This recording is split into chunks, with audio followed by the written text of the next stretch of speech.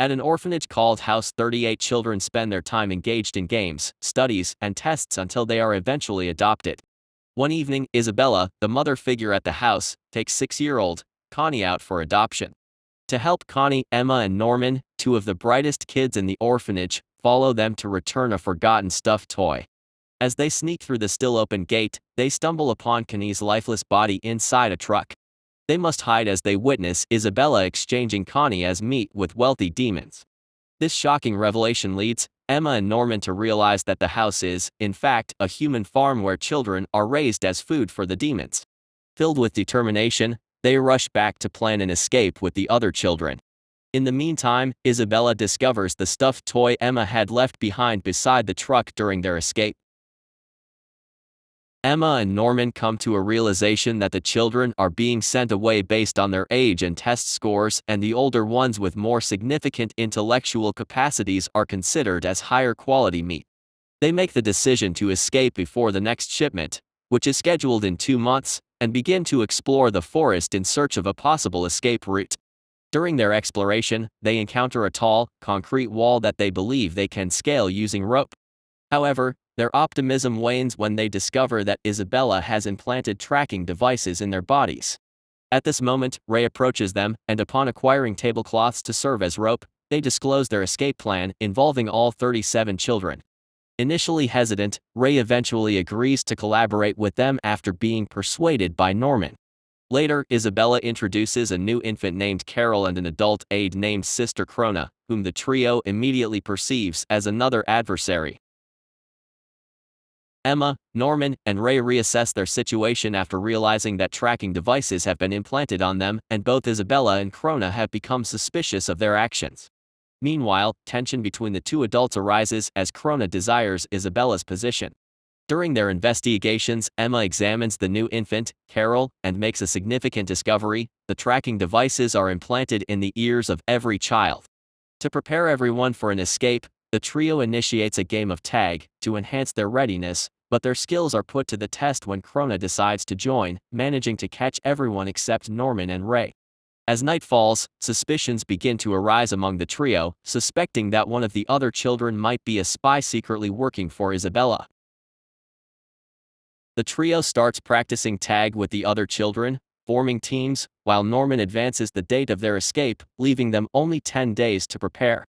Later that same evening, they confide their secret with 2 other children, Dawn and Gilda, with the exception of informing them about Connie's death.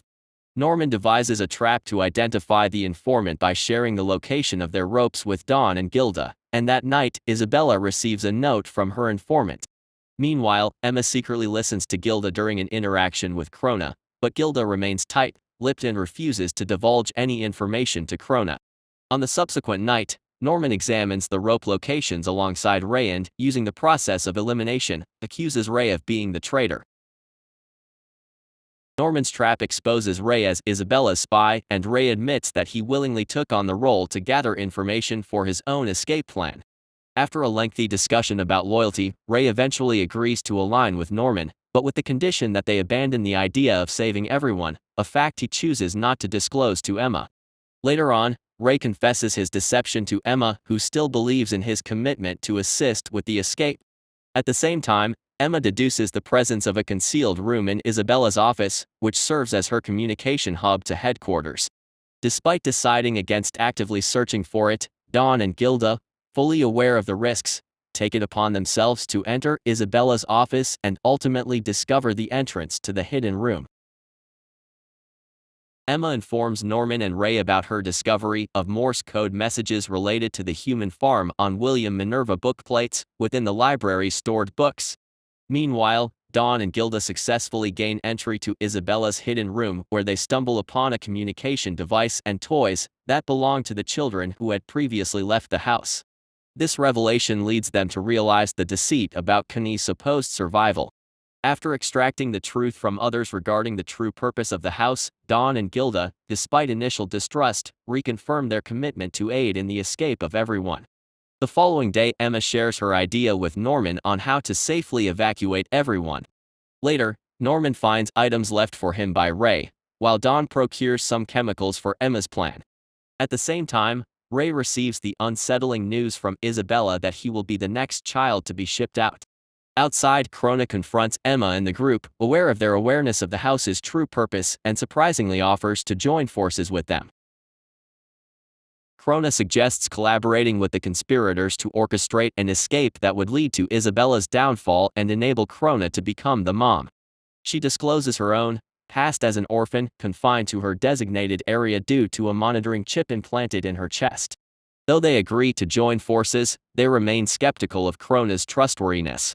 Emma and Norman pay Krona a visit that night, posing a series of questions. Despite her answers, they sense she is withholding information. Meanwhile, Isabella rewards Ray with an instant camera for his assistance. The following day, Emma and Norman prepare to climb the wall and inspect the area, while Ray discreetly places confidential information about Isabella for Krona to find. Upon discovering the note, Krona is elated, thinking she has discovered Isabella's second weakness. However, shortly after, Isabella presents Krona with official orders for her transfer out of the facility. Krona's appointment as mom for Plant 4 requires her immediate departure. As she meets Grandma at the gate, she attempts to undermine Isabella but without success.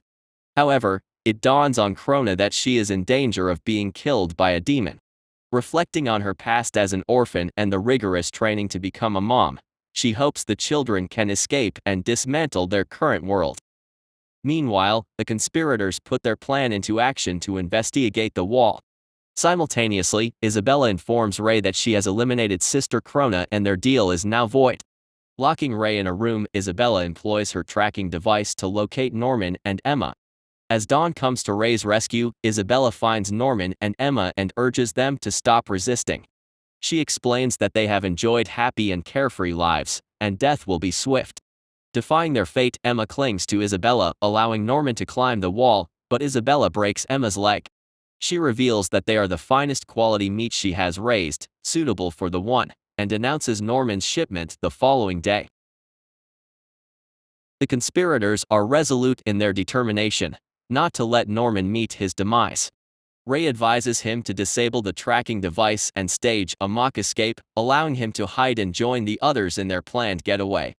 However, Norman declines, explaining that such an action would only heighten security, making the escape more difficult for the others and putting Emma or Ray at risk of being shipped instead. Emma proposes that Ray could break a bone or feign illness to avoid being chosen, as the demons wouldn't ship damaged goods, and eventually, Norman agrees to this plan. That night, Ray confesses to Emma and Norman that he knew about the house's secret from the beginning due to not being affected by infantile amnesia. He can recall memories from his infancy, passing through the demon's headquarters and the gate before arriving at the house. The next day, Norman prepares for his fake escape, but during the initial tests of their escape plan, he scales the wall to examine the forest beyond. To everyone's surprise, he returns in the evening with news that escape is impossible. Beyond the wall lies a wide and deep channel carved into the ground, effectively separating the wall from the forest. Norman reveals to the conspirators that the entire farm is surrounded by a channel, leaving the gate as the sole exit that leads to the demon's headquarters. He returns the device meant to break the trackers. That night, Norman bids farewell to everyone in the house. In a final attempt to persuade him to use the device and escape, Emma embraces Norman, but he declines, aware of the recklessness that could endanger their group's escape plan. At the gate, Isabella guides Norman to a side room, where he awaits the arrival of the demons. Subsequently, Dawn and Gilda inquire about the new plan from Ray, but he has given up and apologizes for it. Meanwhile, in the infirmary, Isabella offers to sponsor a tearful Emma as a candidate for mom, proposing that if she completes the training, she could return to the house as a mother or sister. However, Emma refuses the offer. As 2 months pass, Ray and Emma withdraw into themselves. On the eve of Ray's shipment, he sits alone in the dining hall, bidding a farewell to the house. When Ray questions Emma about her resolve, she responds with a smile. On the night before Ray's departure, Emma discloses that she has never abandoned the idea of escape. While Isabella keeps a close watch on her and Ray, Dawn and Gilda continue their preparations for the escape. Ray suggests they ignite the house as a diversion that night. Upon Emma's agreement, Ray reveals his intention to set himself on fire, serving as a distraction for Isabella and thwarting the demon's feast. At the stroke of midnight, the 12-year-old Ray ignites the fire.